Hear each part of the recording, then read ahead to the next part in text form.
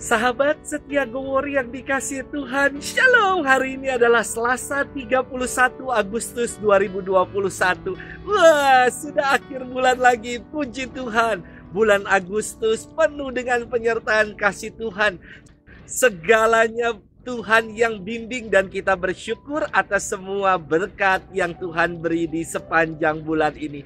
Hari ini kita akan bersama-sama merenungkan firman Tuhan yang diambil dari Injil Lukas 4 ayat 31 sampai dengan 37. Mari kita siapkan hati kita. Haleluya, haleluya, haleluya. Seorang nabi besar telah muncul di tengah kita, dan Allah mengunjungi umatnya.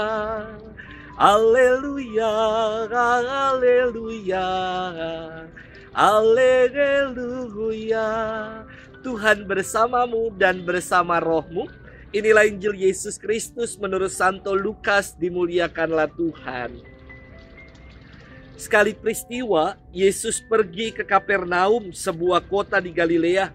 Di situ ia mengajar pada hari-hari Sabat. Orang-orang takjub mendengar pengajarannya sebab perkataannya penuh kuasa. Di rumah ibadat itu ada seorang yang kerasukan setan. Ia berteriak dengan suara keras, "Hai engkau Yesus orang Nazaret, apa urusanmu dengan kami? Engkau datang hendak membinasakan kami. Aku tahu siapa engkau, engkaulah yang kudus dari Allah." Tetapi Yesus menghardik roh jahat itu, katanya, "Diam, keluarlah daripadanya."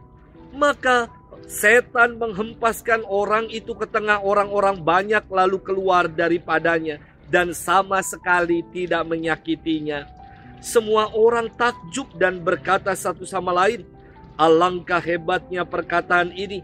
Dengan penuh wibawa dan kuasa, ia memberi perintah kepada roh-roh jahat, dan mereka pun keluar." Maka tersiarlah berita tentang Yesus kemana-mana di daerah itu. Demikianlah Injil Tuhan.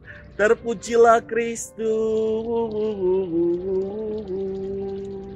Sahabat setia Gowor yang dikasihi Tuhan, Shalom, salam sehat untuk kita semua.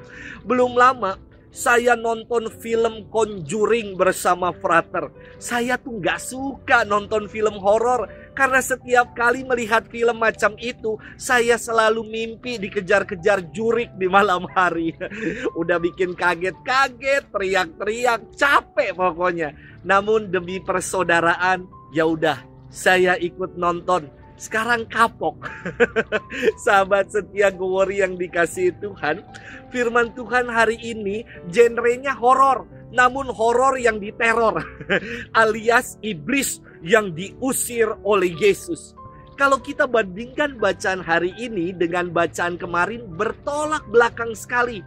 Kemarin di kampung halaman Yesus, ia ditolak, dicibir, dan bahkan hendak dibunuh.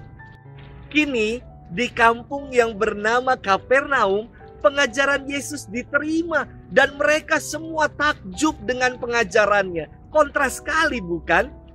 Dikatakan dalam firman hari ini, orang-orang takjub mendengar pengajaran Yesus sebab perkataannya penuh dengan kuasa. Jelas sekali, yang membuat orang takjub dengan pengajaran Yesus karena pengajaran Yesus disertai dengan perbuatan nyata. Yesus bukan hanya sekedar mengajar dan bicara, namun melakukan apa yang ia ajarkan. Inilah yang menjadikan perkataan Yesus punya kuasa. Kata kuasa berarti punya daya, punya kekuatan dan otoritas.